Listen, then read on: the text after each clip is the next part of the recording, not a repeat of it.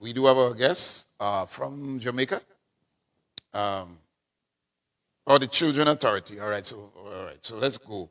No, yeah.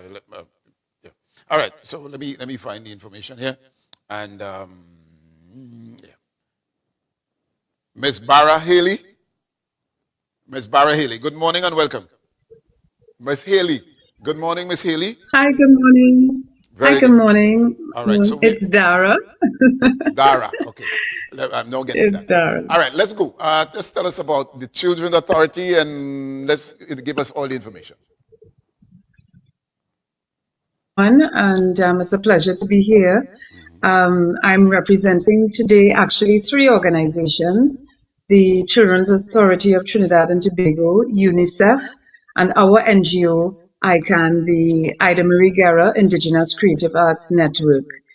And we wanted to share with the people of Tobago that we are going to be in the country, on island, next week, Tuesday, Wednesday, and Thursday, as part of a community outreach program that we are sharing in communities throughout Trinidad and Tobago, to foster awareness amongst parents and guardians about the neglect of children.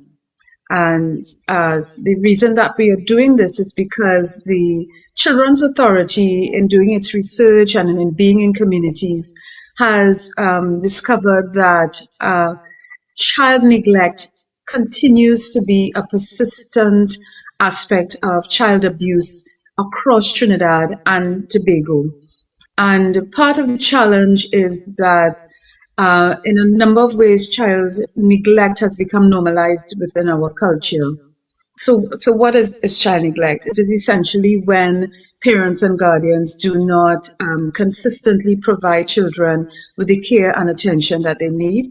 And it could be medical, it could be educational, it could be as simple as regularly ensuring that they eat regularly, brush their teeth, shower, and that kind of thing.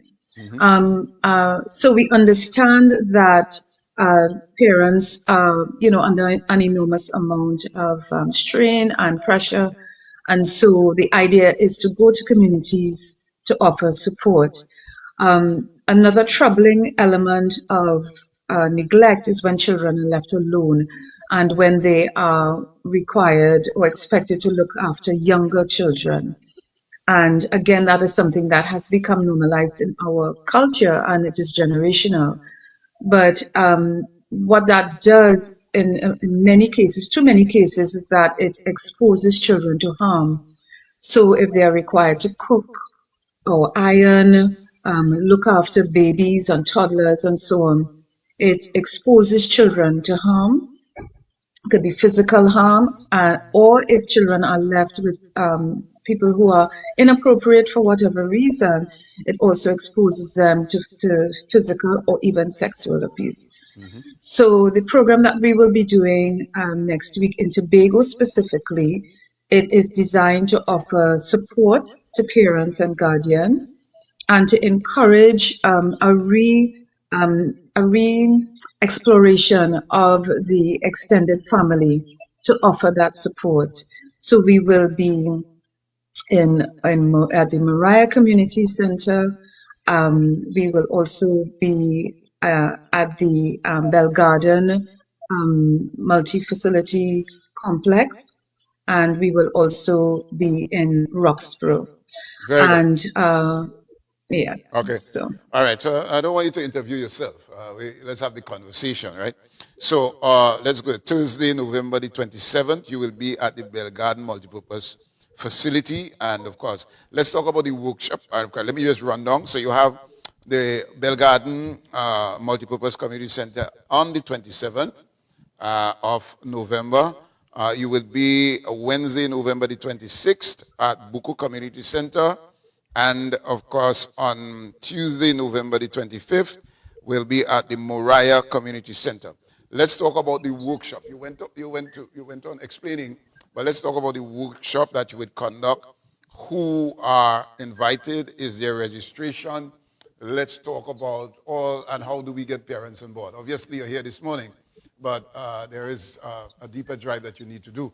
What do you, who is invited? How do they get to the community centers, the type of workshop that you're conducting? Okay, so parents, guardians, and extended family are all invited, as well as educators, because we also want to share the information to people who deal with children from an educational point of view. We will be providing support in the form of transport, and to get the details, we do have a coordinator on the ground, and her name is Lois Leslie, and I can provide the number for you, and people will be able to reach out to her, and they can also check the Children's Authority as well in Tobago to get the information. All right, so tell me all right, so you have parents who, as we see, poor parents, or do not know how to parent, because in some cases they have children themselves. Let's speak to those parents who have children I don't say prematurely, but in teenage years, and they had to be parent, or their parent have to parent both them and their siblings or their children. What service is offered to the Children's Authority to bring that young parent to understanding the responsibility now? In some cases, they go into postpartum depression because of the stress of being a young mother that they weren't expecting to be for some reason or the other. So let's speak to all of that, those elements where it's very difficult for them to be parent because they have their issues to deal with in the first place. So one of the points that the Children Authority talks about is the loss of community within both Tobago and Trinidad as well, and that the sense of the extended family, and whether it is by blood or by community.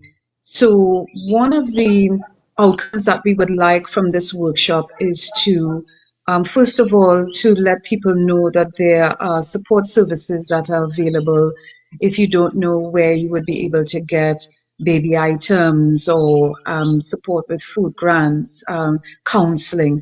So we are inviting members of the support services community to be present so that they would be able to provide the information that is needed on the ground right there at the workshop.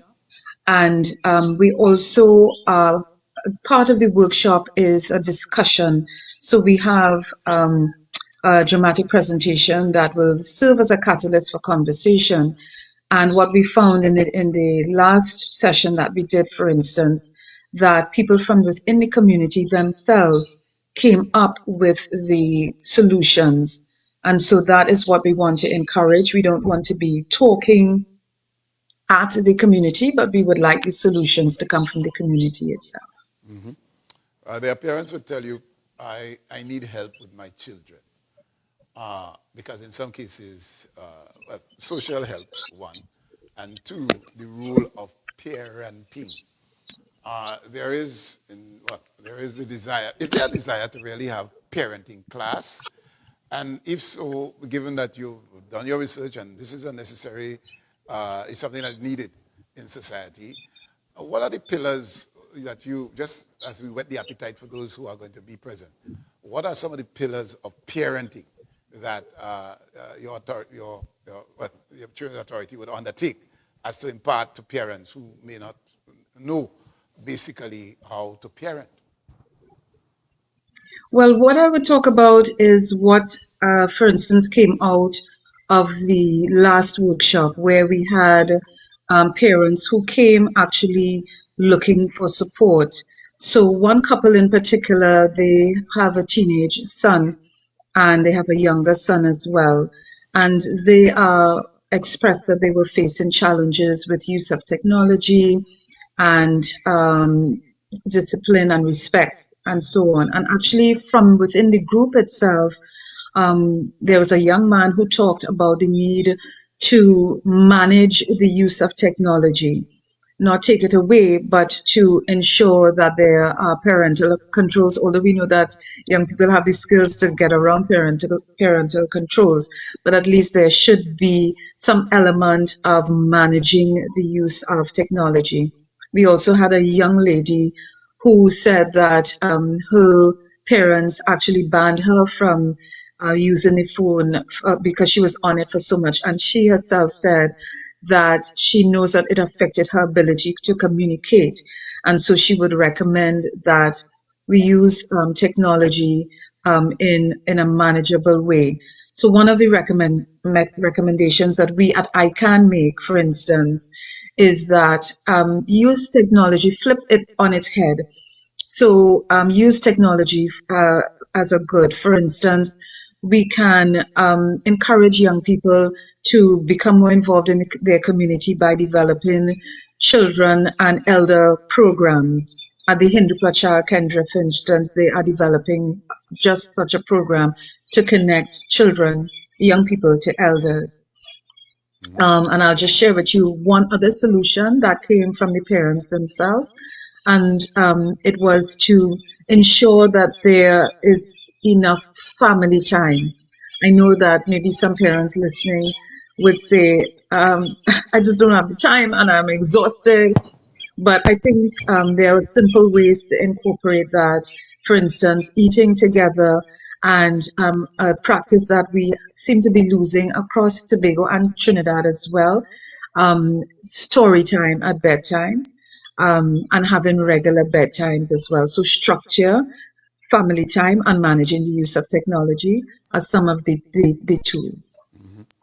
All right. Well, I guess, there's so much to talk about. But anyway, so just to remind, I asked about registration. How does one register? Is it that you show up?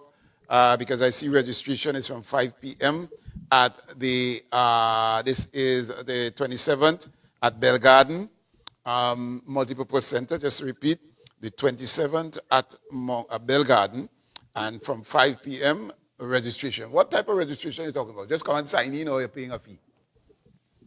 No. It's free for people to come, and we just want to register in terms of getting a sense of how you would have heard about our program and what area you're from specifically, that kind of thing. And I also just want to say before we close that we've made the workshop as interactive as possible. So we have games for adults, games for grown-ups, because a large part of the problem with the challenge with parenting is that both adults and young people, children, have either forgotten how to play or they're not allowed to play. So we are bringing back some of those old games. So while people are waiting for the entire workshop to begin, we have games and we have paints, so you can draw. We will have the social services that you can talk to, and as I mentioned before, we have a workshop discussion session afterwards where people can express their views and come up with solutions as a community. Very good. All right. So we have Bell Garden on the 27th from 5 p.m. And then we move to Wednesday the 26th. Well, it's when it started. So the 26th is Buku Community Center, same 5 p.m. And Moriah Community Center, 5 p.m. That's on the 25th. So it's the 25th, 26th, and 27th at the varying community centers. Is there a website or anywhere they can get further information should they need it? Yes, well, they can absolutely reach out to the Children's Authority in Tobago, and we can share the number for the Tobago coordinator on the ground. And I just want to reiterate as well that we will make transport available so that we will ensure that people are able to get to the venue safely, because we know it's in the evening time and we want to make it easier for people to come and enjoy what we have to offer. And we also have team members who will be there to keep children engaged, so that if you have children and so you're worried about not having someone to leave the children with, you can bring the children and they would have a play area that we have set aside so that you can fully take part in the workshop. Excellent. All right, we want to thank you very much for being with us this morning, and all the best to you. We look forward to a successful campaign, so to speak. All right, all the best to you. Thank you so much. Thank you.